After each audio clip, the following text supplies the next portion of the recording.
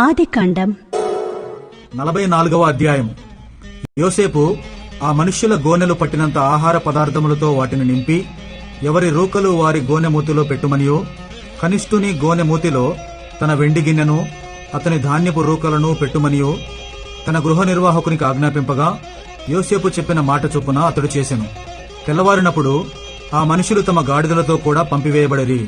వారు ఆ పట్టణం నుండి బయలుదేరి ఎంతో దూరం వెళ్లకమునుపు యోసేపు తన గృహ నిర్వాహకుని చూచి, నీవు లేచి ఆ మనుషుల వెంటబడి వెళ్లి వారిని కలుసుకొని, మీరు మేలుకు కీడు చేయనేలా దేనితో నా ప్రభువు పానము చేయనో, దేని వలన అతడు శకునములు చూచునో అది ఇదే కదా.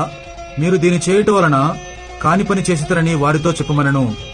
అతడు వారిని కలుసుకొని ఆ మాటలు వారితో చెప్పినప్పుడు వారు, మా ప్రభు ఇట్లు మాట్లాడనేలా ఇట్టి పని చేయుట నీ దాసులకు దూరమవునుగాక. ఇదిగో, మా గోనెల మూతులలో మాకు దొరికిన రూకలను కనాను దేశంలో నుండి తిరిగి తీసుకుని వచ్చితిమి. నీ ప్రభు ఇంట్లో నుండి మేము వెండినైనను బంగారంనైనను ఎట్లు దొంగిలుదుము. నీ దాసులలో ఎవరి యొద్ద అది దొరుకునో వాడు చచ్చునుగాక. మరియు మేము మా ప్రభువునకు దాసులముగా నుందుమని అతనితో అనిరి. అందుకతడు, మంచిది, మీరు చెప్పినట్టే కానియుడి. ఎవరి యొద్ద అది దొరుకునో అతడే నాకు దాసుడగును. అయితే మీరు నిర్దోషులగుదురని చెప్పెను. అప్పుడు వారు త్వరపడి ప్రతివాడు తన గోనెను క్రిందికి దించి దానిని విప్పెను.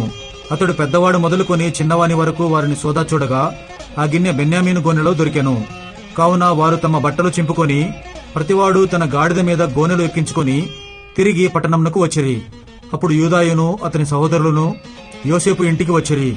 అతడింకా అక్కడనే ఉండను గనుక వారు అతని ఎదుట నేలను సాగిలపడిరి. అప్పుడు యోసేపు, మీరు చేసిన ఈ పని ఏమిటి? నా వంటి మనుష్యుడు శకునము చూచి తెలుసుకొనని మీకు తెలియదా అని వారితో అనగా, యూదా ఇట్లనెను, ఏలిన వారితో ఏమి చెప్పగలము? ఏమందుము?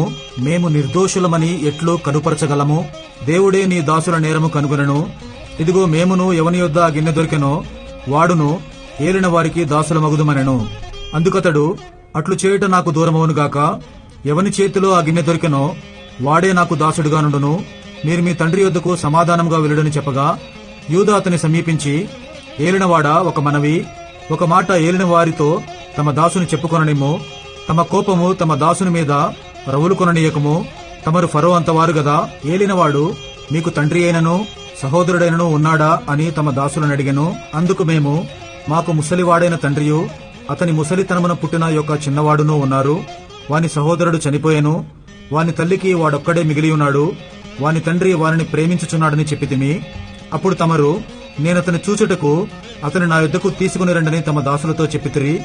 అందుకు మేము, ఆ చిన్నవాడు తన తండ్రిని విడువలేడు.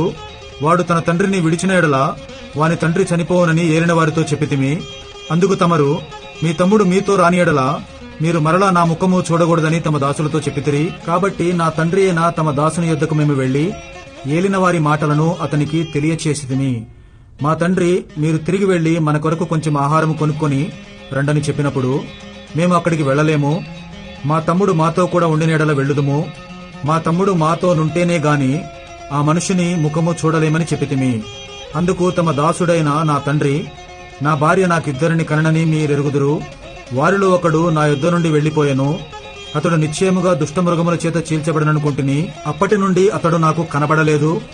మీరు నా ఎదుట నుండి ఇతని తీసుకొని పోయిన తరువాత ఇతనికి హాని సంభవించిన ఎడల నెరసిన వెండ్రుకలు గల నన్ను మృతుల లోకములోనికి దుఃఖముతో దిగిపోవునట్లు చేయుదురని మాతో చెప్పెను. కావున తమ దాసుడైన నా తండ్రి యొద్దకు నేను వెళ్ళినప్పుడు ఈ చిన్నవాడు మా యొద్ద లేని ఎడల అతని ప్రాణము ఇతని ప్రాణముతో పెనవేసుకుని ఉన్నది గనుక ఈ చిన్నవాడు మా యొద్ద లేకపోవట అతడు చూడగానే చనిపోవును. అట్లు తమ దాసులమైన మేము నెరసిన వెండ్రుకలు గల తమ దాసుడైన మా తండ్రిని మృతుల లోకములోనికి దుఃఖముతో దిగిపోవునట్లు చేయుదుము. తమ దాసుడనైన నేను ఈ చిన్నవారిని గూర్చి నా తండ్రికి పూటబడి నీ యొద్దకు నేనతని తీసుకుని రాని ఎడల నా తండ్రి దృష్టి యందు ఆ నింద నా మీద ఎల్లప్పుడూ ఉండునని చెప్పితిని.